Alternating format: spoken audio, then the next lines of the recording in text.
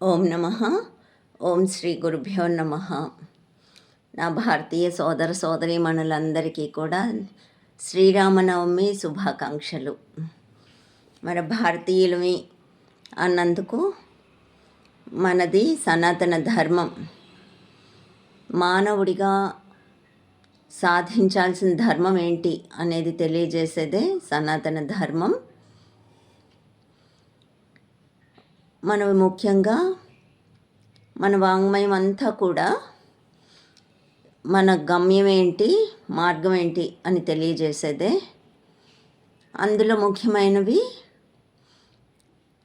ఉదయం చోర చర్చ, మధ్యాహ్నం జూద చర్చ, రాత్రి జార చర్చ చెయ్యాలి బుద్ధిమంతుడైన వాడు అని చెప్పబడింది. ఏంటి అవి? చౌర్యమే ప్రధానంగా కలిగింది రామాయణం, జూదమే ప్రధానంగా కలిగింది భారతం, జారత్వం ప్రధానంగా కలిగింది భాగవతం. అంటే రామాయణం అనేది వ్యక్తిగా ప్రతి ఒక్కరూ ఎన్నో పాత్రలు పోషించాల్సి ఉంటుంది. కుమారునిగా, సోదరునిగా, భర్తగా, తండ్రిగా, ఒక ఉద్యోగిగా, సంఘ పౌరునిగా, దేశ పౌరునిగా, ఇలా అనేక బాధ్యతలు స్వీకరించాల్సి ఉంటుంది కదా. అవన్నీ ఎలా నిర్వర్తించాలి అనేది మనకి రామాయణం తెలియజేస్తే, భారతం అనేది సమాజంలో ఎలా ఉండాలి ఇతరులతో ఉండేటప్పుడు అనేది తెలియజేస్తుంది. అలాగే భక్తి లేనిదే దొరకదు ముక్తి బ్రహ్మాదులకైనా అని చెప్తారు. అట్లాంటి భక్తిని మనకు అందజేసేదే భాగవతం. బడా చిత్త చోరుడైనటువంటి శ్రీకృష్ణ లీలల్ని తెలియజేసేది భాగవతం. కనుక అవి మూడు ప్రతి ఒక్కరూ చదవాల్సిందే అని శాస్త్రం. కనుక అయితే ముఖ్యంగా ఈనాటి శ్రీరామనవమి సందర్భంగా మనం తెలుసుకోవాల్సింది ఏంటి అంటే, ప్రతి మానవుడు కూడా నిజానికి మనలో ఆ భగవత్ శక్తి ఉండి నడిపిస్తున్నది. చేసేది చేయించేదంతా అదే. అది లేకపోతే ఈ శరీరం అనేది శవం. ఇంకా ఆ శవం ఏమీ చేయలేదు, చేసేదంతా భగవంతుడే అనేది తెలుసు కదా. అదే చేసేది అనే విషయం తెలియజేసేదే మన సనాతన ధర్మం. అందులో భాగంగానే చతుర్విధ పురుషార్థాలు, ధర్మ అర్థ కామ మోక్షాలు అనేది తెలియజేసింది. ఈ రామాయణం ఎలా దానికి సంబంధించింది అనేది తీసుకుంటే, రాముడు తండ్రి దశరథుడు, ప్రతి పదానికి కూడా ఒక అంతర్గత అర్థం ఉంటుంది. అయితే బుద్ధిమంతులైన వాళ్ళు అది తెలుసుకుని దాన్ని సాధించాలి అనే ఉద్దేశంతో అందరికీ తెలియజేసే విధంగా కాకుండా అది ఒక అంతర్గత అర్థాన్ని తెలియజేసింది. దశరథుడు, దశ అంటే 10 ఇంద్రియాలతో కూడిన రథం మీద రథికుడు దశరథుడు. అంటే ఇంద్రియాలు కంట్రోల్లో తన నడిపించినట్టుగా నడిచే ఇంద్రియాలుగా గుర్రాలుగా ఉన్న రథం మీద ఉన్నవాడు దశరథుడు. అలా తన ఇంద్రియాలని కంట్రోల్లో పెట్టుకున్నవాడికి 3 గుణాలు. ఈ సృష్టి అంతా కూడా సత్వరజస్తమో గుణాల కూడికేను. కనుక ఆ 3 గుణాలు ఆయన భార్యలు. ఆయన ఎలా చెప్తే అలా నడుచుకునే భార్యలుగా ఉంటారు. అలా ఉన్నవారికి పుట్టిన పుత్రులే ధర్మార్థ కామ మోక్షాలు అనబడేటటువంటి రామ లక్ష్మణ భరత శత్రుఘ్నులు. ఆ కథలో చెప్పింది ఏంటి? లక్ష్మణుడెప్పుడు రాముడితోనే ఉంటాడు, శత్రుఘ్నుడెప్పుడు భరతుడితోనే ఉంటాడు, వీళ్ళిద్దరూ ఒక జంట, వాళ్ళిద్దరూ జంటగా ఉంటారు అనేసి. అలాగా అర్థాన్ని ధర్మంతో కలపాలి, ధర్మయుక్తంగా అర్థాన్ని సంపాదించాలి, ధనాన్ని లేదా స్కిల్స్, నైపుణ్యాన్ని. దేనికి అంటే కామం అంటే కోరికలు, మన అవసరాలు తీర్చుకోవాలి కదా, మన ధర్మాన్ని సాధించాలి. మనమే ఆ దైవమే ఉన్నదంతా, నేను అనేది సున్నా అనేది గ్రహించే వరకు కూడా మనకి ఇవ్వబడిన ఉపకరణాలు, ఈ శరీరం అనే బాహ్య ఉపకరణం, అంతఃకరణ చతుష్టయం, మనసు బుద్ధి చిత్తం అహంకారం అనే చతుష్టయాన్ని అంతఃకరణం అని చెప్తారు. కనుక అట్లాంటి అంతఃకరణాన్ని మనం ఉపయోగించుకోవాలి. ఈ 2 ఉపకరణాలు ఉండాలంటే ఈ శరీరం అనే దానికి కావాల్సిన నీడ్స్ ఆహారం, నిద్ర ఇవన్నీ కూడా ఫుల్‌ఫిల్ అవ్వాలి కదా! కనుక వాటికి అర్థం అవసరం, ధనం అవసరం. దాన్ని ధర్మయుక్తంగా సంపాదించుకుని కామం కోరికలు తీర్చుకుంటూ మోక్షం పొందాలి ప్రతి మానవుడు. మోహక్షయమే మోక్షం. నిజానికి నేనంటే BMI complex, body, mind, intellect అనే వీటి సంక్లిష్టాన్ని నేను అనేసుకుంటున్నాను. నిజానికి మనలో ఉన్న ఆ తెలివి ఏదైతే ఉందో అదే మనం అని గ్రహించడమే మానవుడిగా మనం సాధించాల్సింది. అట్లాంటి ఈ మోహం, ఈ శరీరేంద్రియాదులు నేను అనుకునే మోహం, సమ్మోహనంని క్షయింపచేసేదే మోహక్షయమే మోక్షము అని చెప్పబడింది. అట్లాంటి మోక్షమే మనం సాధించాల్సింది. కనుక అట్లాంటి భరతుడితో శత్రుఘ్నుడు కలిసి ఉంటాడు. అంటే మోక్షం పొందాలన్నది మాత్రమే కామం, కోరిక ఉండాలి. ఆ ఒక్క కోరికనే మనం పెట్టుకోవాలి. మోక్షంతోనే కలిసి ఉండాలి అనేది అక్కడ భరతుడితో శత్రుఘ్నుడు కలిసి ఉండడం అనేది తెలియజేయబడింది. రామో విగ్రహవాన్ ధర్మః అని చెప్పబడింది. మన ధర్మాన్ని పోస్తే రాముడు అని చెప్పాడే, అలాగా మన ధర్మం ఏంటి అనేది మనం తెలియజేసుకునేదే ఈ రామాయణ కథ. అక్కడ ఆ దశరథుడికి పుట్టిన ఈ 4 పుత్రులు, వీళ్ళు ఎప్పుడైతే మనలో ఉన్న త్రిగుణాల్లో ఇంబ్యాలెన్స్ అనేది వస్తుందో, సత్వరజస్తమో గుణాలకి ప్రతీకగానే కౌసల్య, సుమిత్ర, కైకేయి చెప్పబడింది. ఈ ఈ కోరికలు అనేవి తప్పుడు మార్గం. మనకి కఠోపనిషత్తులో కూడా మన శరీరం అనేది రథంతోని, మన బుద్ధి అనేది సారథితోని, ఆ రథంలో కూర్చున్న రథికుడే జీవాత్మ. ఆ కళ్ళెం, గుర్రాలని పట్టి ఉన్న కళ్ళెం మనస్సుతోని, గుర్రాలు అనేవి ఇంద్రియాలతోని పోల్చబడింది. ఈ రథం అనేది ఎటు వెళ్ళాలి అంటే 2 మార్గాలు ఉన్నాయి. అది శ్రేయోమార్గం, ప్రేయోమార్గం అని. ఈ శ్రేయోమార్గం అనేది మనకి కష్టాలతో కూడి ఉన్నప్పటికీ ఫైనల్గా శాశ్వత ఆనంద స్థితిని అందజేసేది. అలాగే ప్రేయోమార్గం అనేది ఎంతో ఆకర్షణీయంగా ఉంటూ శాశ్వతమైన దుఃఖాన్ని, నరకాన్ని చేకూర్చేది అని తెలియజేసినట్టుగా ఈ మనస్సు అనేది మన కంట్రోల్లో ఉంటూ శ్రేయోమార్గంలో నడిపించగలిగితే ఇంద్రియాలనే గుర్రాలని, బుద్ధి కంట్రోల్లో ఉంటూ అప్పుడు జీవాత్మ శాశ్వతమైన ఆనందం పొందుతుంది. అదే మనం చేరాల్సిన గమ్యం. మనందరం కోరుకునేది ఆనందమే. అది శాశ్వతంగా అందజేసేది శ్రేయోమార్గం. అక్కడ ఈ రామాయణంలో చెప్పినట్టుగా ఇంద్రియాలనే గుర్రాలు కంట్రోల్లో పెట్టుకున్నవాడు దశరథుడు. వాళ్ళ భార్యలుగా ఉన్నవి ఈ 3 గుణాలు. ఎప్పుడైతే ఈ శ్రేయోమార్గం వైపు కాకుండా ప్రేయోమార్గం వైపు కావాలి అని కోరుతుందో కైకేయి, అంతే రాముడు అడవుల పాలైపోయాడు. అధర్మంగా ఉన్న కోరికలు అన్నమాట. అడవుల పాలైపోవడమే, మొత్తం బాధలు, కష్టాలే ఉన్నాయి. స్వరాజ్యాన్ని కోల్పోయాడు. 14 ఏళ్ళు అడవుల్లో ఉంటున్న టైంలో రావణాసురుడు సీతమ్మ వారిని ఎత్తుకెళ్ళిపోయాడు. ఎలాగా? మారీచుడు అనేవాడు మహాబ్రహ్మ రాక్షసుడు. చూస్తేనే గుండె ఆగి చనిపోయేంత భయంకర రూపమైనటువంటి మారీచుడు ఎన్నో మాయలు చేసేయగలడు. ఎంత మాయ చేయగలడు అంటే సాక్షాత్తు లక్ష్మీదేవి స్వరూపమైన సీతామాతనే ఆయన మాయలో పడేసి ఆ బంగారు లేడి కావాలి అని కోరే పరిస్థితికి దిగజార్చేశాడు. ఎప్పుడైతే ఈ బాహ్య విషయాల వైపు కోరిందో, ఇంద్రియాలు ఈ బహిర్ముఖమైన విషయాలు కోరిందో, మనస్సు అనేది అంతే రావణాసురుడు ఎత్తుకెళ్ళిపోతాడు. ఎవడు రావణాసురుడు? 10 తలలవాడు. ముఖము అంటే భోగించేది. మనం నోటితో తీసుకునేది ఒక్కటే మాత్రమే ఆహారం కాదు, 10 ఇంద్రియాలతో తీసుకునేదంతా కూడా ఆహారమే.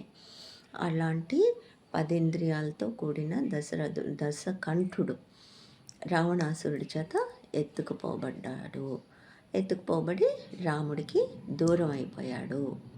సీతామాత దూరం అయిపోయినట్లుగా మన మనస్సు అనేది ఈ బహిర్ముఖమైపోయి బందీ అయిపోయింది అనే విషయాన్ని రామాయణంలో మనకి చెప్పబడింది.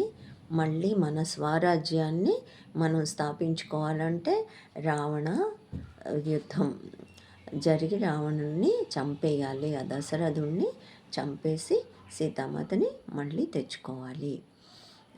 ఆ ఇంద్రియాలకి బానిస అయిపోయినటువంటి మానవుడు బుద్ధి అనేది మళ్ళీ భగవంతుడి వైపు ఉన్ముఖమైనప్పుడు రావణాసురుడు చంపబడతాడు.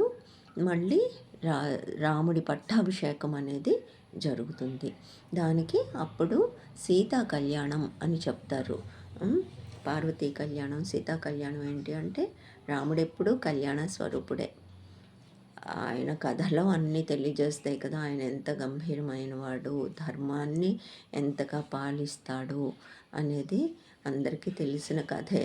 ఈ భారతదేశంలో పుట్టిన వాళ్ళకి రామాయణ కథ తెలియని వాళ్ళు అంటూ ఉండరు, రాముడు తెలియని వాళ్ళు కూడా ఉండరు. కనుక అవి అందరూ చెప్తున్న విషయాలే. కానీ అందులో మనం గ్రహించాల్సిన విషయం ఏంటి అనేది మనం తెలుసుకోవాలి. కనుక మానవుడిగా మనం సాధించాల్సింది ఉన్నదంతా చేయించేది, నడిపించేదంతా భగవత్ శక్తి అయిన రాముడే. అందుకే శ్రీ సీతారామాంజనేయ సంవాదం అనే తెలుగు ఏకైక గ్రంథంలో సీతారాముడు ఆంజనేయుడికి బోధించిన విషయాలు, అందులో రాముడు చెప్పిన విషయం ఏంటి అంటే, ఏ నఖండ సచ్చితానందమయుడనే ఇట్లు వెలుగుచునికి నెరిగి నన్ను నేనని తెలిసిన నిపుణుడు మత్స్వరూపాత్మలగుచు ముక్తులగుదురనగా అని చెప్పబడింది. అంటే ఇప్పుడు అంతటా సత్ అంటే శాశ్వతమైనది, మార్పు చెందనిది, నాశనం లేనిది అనేది. అది మనం అసతోమ సద్గమయ, తమసోమ జ్యోతిర్గమయ, మృత్యోర్మ అమృతంగమయ అంటాం కదా. మృత్యువు నుండి అమృతత్వం వైపు, ఆ మృత్యువు లేని స్థితికి వెళ్ళడమే మన సనాతన ధర్మం మనకు చెప్పింది. అటువైపు వెళ్ళాలంటే దాని ముందులైన తమసోమ జ్యోతిర్గమయ, అజ్ఞానం అనే అంధకారం నుండి జ్ఞానం అనే జ్యోతి వెళ్ళాలి. అది ఎలా వస్తుంది? ఇప్పుడు జ్యోతి అంటే అజ్ఞానం అనే అంధకారంలో ఒకదాన్ని చూసి ఇంకోటి అనుకుంటాడు. అలాగా నేను ఆ సచ్చితానంద స్వరూపమే అయ్యుండి ఈ శరీరేంద్రియాదులు అనేసుకుంటున్నాను కాబట్టి దాన్ని అంధకారంతో పోల్చబడిన అజ్ఞానం. మరి అది పోవాలంటే అసతోమ సద్గమయ, సత్యం వైపు వెళ్ళాలి. మరి సత్ అంటే ఏంటి అంటే, సత్ అంటే శాశ్వతమైనది, మార్పు చెందనిది, నిరాకారం. మనలో ఆ నిరాకారమైన తత్వం ఏదైతే ఉందో అదే రామతత్వం, చైతన్యము అంటారు. అది, దానికి చావు అనేది లేదు. దాని ఆధారంగానే ఈ మార్పు చెందేవన్నీ ఉంటాయి. మార్పు చెందే ప్రతిదానికి మార్పు చెందనిది ఆధారంగా ఉంటుంది. తిరిగే ఫ్యాన్కి తిరగని రాడ్, తిరిగే వాహనానికి తిరగని రోడ్డు ఆధారంగా ఉన్నట్టు, అలాగే మార్పు చెందే దృశ్యాలన్నిటికీ మార్పు చెందని తెర ఆధారంగా ఉన్నట్టు, మార్పు చెందే ఈ శరీరేంద్రియాదులు అనే వాటన్నిటికీ ఆ మార్పు చెందని ఆ రామతత్వం, చైతన్యతత్వం మనలో ఉంది కదా, అదే మనము అనేది గ్రహించడమే. అదే సత్యం, అదే సత్ స్వరూపము. అలాగే చిత్ అంటే చైతన్యం, చైతన్యం అంటే జ్ఞాన స్వరూపం. ప్రతి దాన్ని తనను గురించి తను తెలుసుకోగలదు, ఇతరమైన వాటన్నిటి గురించి తెలుసుకోగలిగేది జ్ఞానం. అలా తెలుసుకోలేనిది జడము, ఇది చైతన్యం. ఆ చైతన్యమే చిత్ అంటారు. ఆ రాముడే మనలో శాశ్వతంగా ఉన్నవాడు, మార్పు చెందనిది కాబట్టి సత్స్వరూపము. అదే జ్ఞానస్వరూపము. ఏదైతే ఇప్పుడు నేను మాట్లాడుతున్న జ్ఞానాన్ని నాకు ఇస్తుందో, అర్థం చేసుకునే జ్ఞానాన్ని మీకు ఇస్తుందో, ఆ తెలివి మనందరిలో ఉండి నడిపిస్తున్న ఆ తెలివే చిత్ స్వరూపము. దానికి ఈ శరీరేంద్రియాదులకు వచ్చే కష్టాలు, బాధలు ఏమీ దానికి అంటవు కదా, అది ఎప్పుడూ ఆనంద స్వరూపమే. కనుక అది సత్ చిత్ ఆనంద స్వరూపం. అది ఎక్కడుంది అంటే దేశకాలాలకి పరిమితమైంది కాదు. కనుక అంతటా అన్నిటా ఎల్లప్పుడూ ఉండేది అది. కాబట్టి అది సత్స్వరూపము, అది జ్ఞానస్వరూపము, అదే ఆనంద స్వరూపం, అది అంతటా ఉండేదే. కాబట్టి ఏన అఖండ సచ్చిత్ ఆనందమయుడనే ఇట్లు వెలుగుచునికి నెరిగి అని చెప్పబడింది. ఆ ఆనంద స్వరూపంగా అంతటా ఉన్నటువంటి ఆ సచ్చిదానంద స్వరూపంగా నన్ను తెలుసుకొని నన్ను నేనని తెలిసిన నిపుణుడు. మనం ఉదయం లేచిన దగ్గర నుండి నేను లేచాను, నేను బ్రష్ చేస్తున్నాను, నేను స్నానం చేస్తున్నాను, నేను క్లాస్కి వెళ్ళాలి, నేను పూజ చేయాలి అని ప్రతిదానికి ముందు నేను నేను అని ఏదైతే నేను అనుకుంటున్నామో ఆ నేనుని నన్నుగా తెలుసుకున్న బుద్ధిమంతుడైన వాడు నిపుణుడు మత్స్వరూపాత్ములగుచు ముక్తులగుదురనగా నా స్వరూపమే అయిపోయి ముక్తి చెందేస్తారు అని సాక్షాత్తు ఆ శ్రీరాముడే ఆంజనేయుడికి చెప్పారు. కనుక ఆ విషయం ఆ రాముడు ఏదైతే చెప్పారో మనకి ఉపదేశంగా ఇచ్చారో అది మనం గ్రహించడానికే ఈ పండగలు అనేవి చేసుకుంటున్నాం. అప్పుడు ఆ అంతర్గత అర్థాలని రాముని బోధల్ని మనం గ్రహించాలి. కనుక అఖండంగా ఉన్నటువంటి ఆ సచ్చిత్ ఆనంద స్వరూపుడే మనం నేను అని అనుకుంటున్న నేనుని నన్నుగా గ్రహించిన వాడే అని రాముడే చెప్పాడు. అంటే ఆ నేనే రాముడు. ఆ రాముడే ఉన్నాడు తప్ప మనం ఏదైతే నేను చేసేస్తున్నానంటే ఆ రాముడు బయటికి వెళ్ళిపోతే ఇది శవం, సున్నా. రాముడు ఉంటే పరిపూర్ణం, సంపూర్ణం. కనుక ఆ రాముడే చేయించువాడు అనే విషయాన్ని గ్రహించడమే మానవ ధర్మం. అదే విషయాన్నే ఏ ప్రవక్త చెప్పినా కూడా చెప్తారు.